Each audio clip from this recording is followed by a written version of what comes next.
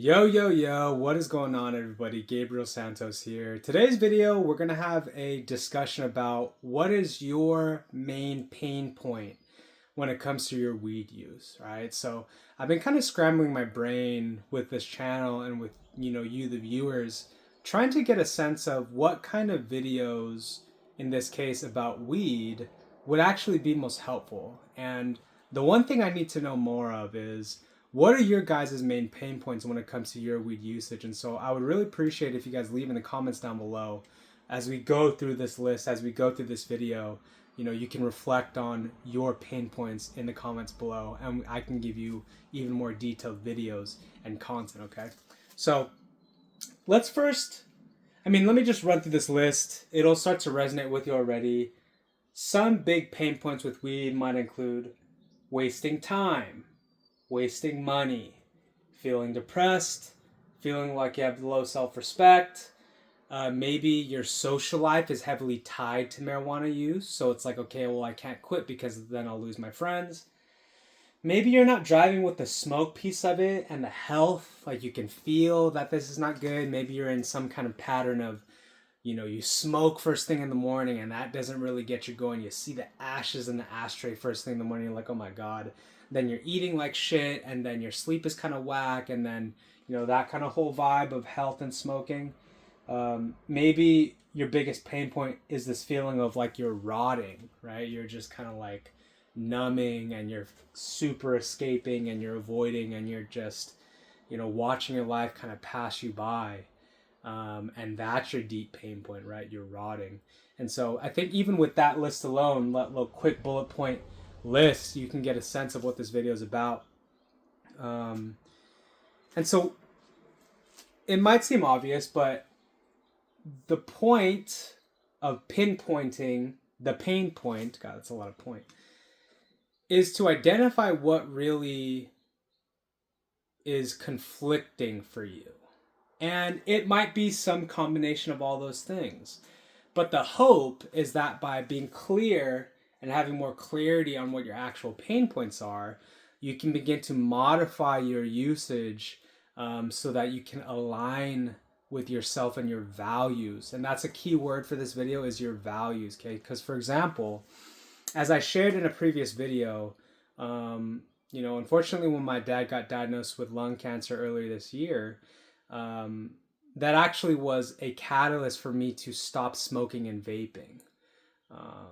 Long story short, with my dad diagnosed with lung cancer, I wasn't going to continue smoking and vaping. One big reason is because when we went to all my dad's doctor's appointments, all of them asked him, do you have a history of smoking? And thankfully he doesn't. He did back in the day, for a couple years back in high school, college. But to me, that was a big slap in the face of like, oh, wait a second. The best medical doctors in the world are all asking my dad if he smoked. And, we all know that smoking is not good for us. We all know that smoking, and I'm not sure about vaping, but are linked to cancer. And obviously none of us want cancer, right? And so, I made that switch. And for me, I personally, as much as I, learned to love the process of smoking and inhaling smoke, I never liked that fact. It was a big violation of my values, right? Because I value health, I value intelligent decision making, I value being wise. And clearly smoking, whether it's weed or tobacco or hookah, is not aligned with that value of health, right? And so just by eliminating the smoking and the vaping on its own, even though I still allow edibles in my life, was a huge change for me for so many reasons. And in addition to that, the thing with the smoking and vaping is not only is your health just, taking a hit, it's just another one of those quick fix dopamine outlets in smoking weed, in vaping weed, that just it's one of those things where, unlike the edibles, you with the smoking you get it right away, and that's kind of like the draw of it. That's what lures us into that, is because it's so quick. But that's also part of the problem, because all it takes is one slip up. You take one hit and it'll just hijack your dopamine system, right? Because it's so immediate, and it makes it that much easier to just turn to it whenever, even when you don't want to. And so kind of removing those things out of the picture has aligned a lot of things for me, right? Okay, but in addition to that, just the combination of all of it, man. The fact that it was messing with my health, the smoking piece was messing with my health, the fact that it's so quick to do and easy to do, it just makes it such a hard trap to get out of. And not only that, right? It costs a lot. And I don't even want to go on and on and on about it, right? You guys get the whole idea. And so back to you guys, okay? So which one of these is it? Or maybe it's a combination. And so, for example, let's take one, right? And what would it look like to get clarity? Let's say it's like, okay, I want to smoke less weed because I'm depressed. Okay, good. Because so clearly being depressed doesn't jive with you. And I assume that partaking in behaviors and decisions that continue leading to your depression don't jive with you. And so then the question becomes, all right, what shifts can we make to change that? And it might feel like a gigantic mountain to climb, but I can only assume that one shift that you can do today is probably, instead of doing a wake and bake, hitting the bong 3 times, fucking fat solo bong rip first thing in the morning, create an alternative ritual. And I will, spoiler alert, it'll probably be hard. And I don't mean that to discourage you. I mean that, just realistically speaking, right? When your first thing in the morning is to just like wake up and like half asleep pack the bong and just get ripped off your face, versus waking up having thoughts of like, should we smoke, and be like, no, we said we weren't going to. That alone is already can be so difficult. And then to stave off the craving, and then put on your walking shoes, and then go on for a walk that you haven't walked for a year. And oh my gosh. And the whole point that I'm trying to make here is that any shift that you're going to make will have some friction to it, will have some adversity in it, but that's the whole point, right? That's a big part of why we get depressed when we're just smoking all the time and not facing challenges, is that we want challenges. We seek growth, and growth is often found through challenges and obstacles and difficulty and overcoming them. And that's why, in a lot of ways, choosing to smoke less or to quit or to take a break in itself can be a beautiful, powerful thing, because we are challenging ourselves, right? Not to turn to quick fix dopamine, to face ourselves, to face our responsibilities, to have a structure, to have accountability, to have responsibility. And so, but that one shift alone can do it, right? A simple shift too could be like, okay, it's not just about smoking less, it's also about what else are you going to do with your time, right? What else are we going to do with our time? And it's kind of trippy here, and I'm going to erase this real quick.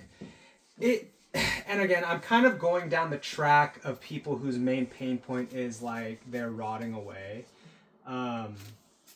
And there's if yours isn't quite that, if it's just the money, then it's like, okay, we'll smoke less or buy in bulk, or I don't know, right? But let's go back to the depressed piece. And so, not everyone's like this, but a common thing I see, or what will shock us, right, is how. And I think this is part of where that feeling of rotting or depression or low self-respect will come to, is like, if we logged our time, I would be sad. I have been sad about how I've used my time, or lack thereof, right? Because what will it be? It'll be wake up, fucking bong rip, work, come home, bong rip, do nothing, rest, bong, rest, TV, eat, bong, games, bong, right? And it's like, oh my God, I'm doing fucking nothing with my time. And when you do this for years, months, weeks, yeah, we're gonna be depressed. And so, one small shift, right? Cut out the wake and bake. Just wake up, right? Go. Okay, I'm not even writing. What's the point? But if look, if you just replaced even just 2 of these with like say no and do push-ups. I know you guys can't read this, but you're gonna get the point. If you just crossed out, like instead of 7 bong rip sessions, how about 3? And the thing is, you can cut it down from 7 to 3. You still get to enjoy your marijuana time, and you also have the opportunity to do other shit. And it's that simple. And I know I'm making it sound easy, but it could be that easy. It could be that easy. Okay?